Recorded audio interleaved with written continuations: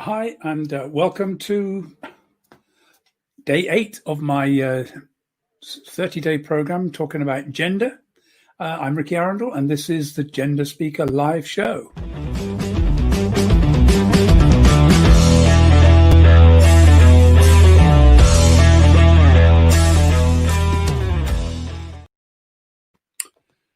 I am still struggling to get the timing right on this. So the great thing is if you're actually on TV, you've got a whole production crew hitting all the buttons. But when you're delivering it yourself, you've got to figure the buttons out and sort out all the lower thirds, they call them, the things that come up there. Anyway, today I'm going to be talking about coming out of the closet. I'm not quite sure why it became out of the closet. I did read this up once. I should have looked at this again. It was largely to do with the idea that when you come out, you tend to express yourself in a different way, and you start wearing clothes that you normally wouldn't wear, because that's the signal of gender nonconformity. But I want to go back and talk a little bit about the way in which this whole process comes about, because I think a lot of people don't understand and get how difficult and challenging it is to come out, whether you're trans, whether you're gay, lesbian, non-binary, it's or bisexual. It is a big issue coming out, and for some, it's a bigger issue than most. So I'm going to talk a little bit about my coming out journey, because it took a long time, a long time. I discovered that I was transgender at about 7. Well, that's not actually true.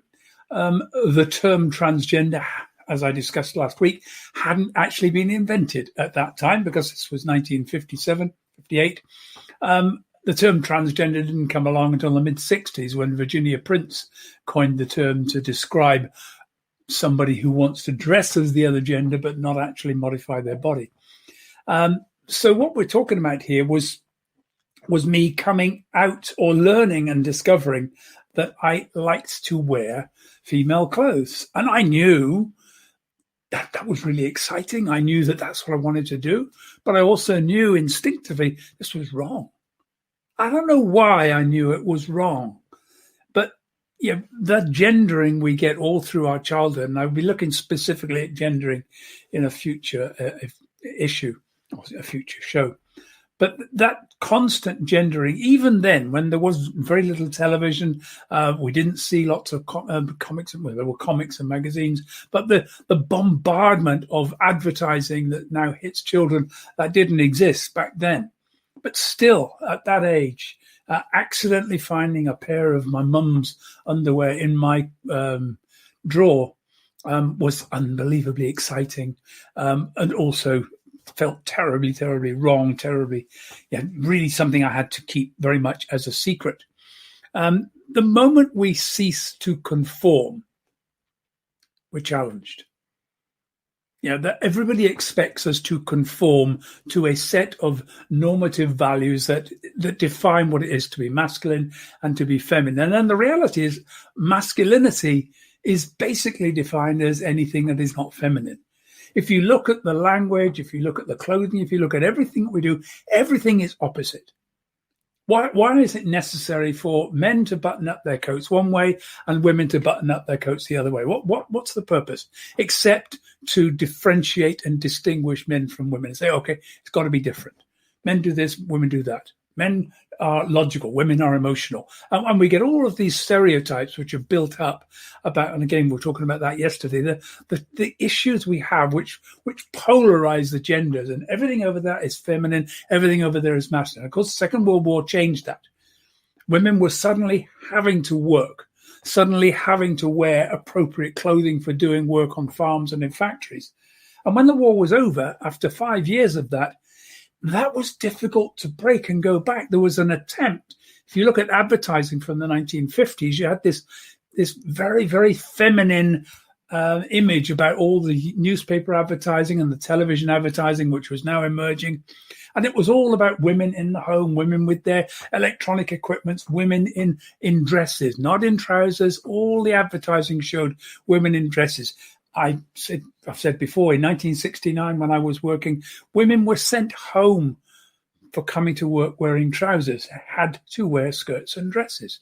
So there was this enforcement of the gender differences and an expectation that men would do what men do, women would do what women do, and there's two completely separate things. And any man who did women's work, well, that was beneath them. That was something wrong. So shifting across, wearing women's clothes, being in any way feminine, instantly meant living in fear. And in the 1950s and 1960s, that was because gender nonconformity equated with homosexuality, and that was illegal. If you were caught in a homosexual relationship, having a sexual relationship with another man, you would go to prison. And you didn't even need to really be caught. You just need to be caught in a position where it looked as if that was happening, or somebody actually gave evidence to a court that said that that was what was going on. 1967, it became decriminalized. But actually what happened in 1967 was it became legal for two males over the age of 21, two consenting adult males over the age of 21 to engage in homosexual activity, and that meant having sex together, provided there was no one else in the building. Now, this was unfortunately a catch, because obviously what a lot of men had got married. One of the ways to disguise the fact you were gay, one of the ways to disguise the fact you were trans, was to get married in a perfectly heterosexual relationship. That started to allay suspicion. People thought, oh, they might be gay, they might be trans. Oh, no, they're married, they've got children. And that was a way to cover it up. And it worked. By getting married, by getting into a normal relationship, you could cover the fact that you had a secret that was going on behind that. But of course, that meant that people would tend to meet in hotels. Gay men would meet other gay men in a hotel. If the hotel spotted them going into a room together, all they had to do was wait 10 minutes, phone the police. The police would come along, break into the room, catch them in flagrante, and that was it. Off they went to prison. More people were arrested for homosexuality after decriminalization than before, because of these ridiculous interpretations that the courts had. So for me, I was terrified about homosexuality. I'll be honest, my dad was pretty homophobic. He'd grown up been in the Navy for 25 years and really, really did not like anything about man-on-man relationships. And any of us as kids getting to know someone who was even suspected of being gay was enough to cause a major problem, grounded for weeks, and people being turned away. So I basically learnt to hide. I learnt about secret cross-dressing. I'd been from the age of 7 when I first discovered that there were those bits of underwear. I'd been starting to accumulate a small collection of female underwear, stockings, suspenders, bras, basically stuff that I could put underneath my clothes when I was out on my bike and no one would know. I wasn't in a position where I could go and cross-dress anywhere. I just had to catch moments I could of trying to understand this. And the term, even finding information about it was really, really hard. I used to search through the libraries looking for anything about it and find the odd little article here and there. There was almost nothing spoken about any of this. And so I remember one of the worst problems in the 1960s. I had told my partner before I got married, she didn't particularly want the kids to know, so it remained a secret. So if she was away visiting her mum, then I would go out cross-dressed in my car, drive around a bit and just try and just experience what it's like, and maybe go walking around a shopping centre late at night. Very silly, very dangerous, but that was what I did. And I remember one night coming back and the police spotted me with a broken light. Out they pulled behind me, flash, flash, flash. I thought, I'm only half a mile from home. I'm not going to stop. I was more terrified of the police arresting me for perhaps believing that I was driving around trying to lure women into my car by making myself look like a woman, because that's the kind of arguments that were put down. The police, even though it was not illegal, the police definitely were not our friends back then. You could get sacked for being trans. You could get families reject you. It wasn't a good thing. The press, if they picked it up, would often have a field day, splash you across the front page with all sorts of really, really horrible headlines. So the fear was absolute terror. And I quite literally refused to stop for the police. I drove all the way home, rushed out of my car, rushed into the house. They actually did leave, but the whole neighborhood had been woken up with blue flashing lights as I got myself out of the way. Closest I ever got to being caught by anyone. By the 1980s, things were beginning to change, and I started to find that there were clubs. But in order to get hold of those clubs, I'll just go back to this, the pawn shop. The only way to get information about trans people back then was to go to pawn shops that sold pornographic books. And I happened to work in Regent Street, and that's just round the corner from Frith Street and Soho and all of the multitude of pornographic bookshops that existed around Soho and probably still do today, although most of it's online. And I could go in there and just quietly look and see if I could find books which were related to transgender. Although I'll be honest, I was terrified to even buy those books in case the person working in the shop realized I was trans and might, oh God. Yeah. I don't think it's possible for anybody to realize just how terrifying it is, not wanting anyone to know about this secret, but desperately needing to experience being the other gender. So 1980s, it was into the trans clubs, the Way Out Club in London, and there were a few other ones where I started to meet other trans people, and it became a little bit easier, still frightened, still things I had to plan early. And by the 1990s, then it changed. CompuServe, Internet Relay Chat forums, and the internet suddenly gave access to forums and places. And I could be anyone on the internet. I could take a picture and make myself look as female and feminine, use somebody else's picture, which a lot of people did. Who knew? Who knew what you looked like? And then I could actually communicate and engage with other people. And that proved to be a way to start learning. Was I transvestite? Was I transsexual? Was it transgender? What was I? What was this thing that was going on? And slowly, because initially I thought if I went online, they'd even be able to find me there. So it was a real bit of terror.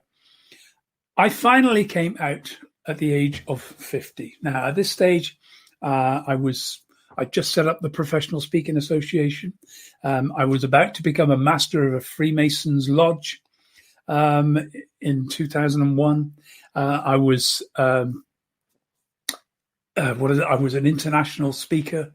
I wrote technology articles for most of the financial services press, financial advisor, money marketing, money management. I was very well known.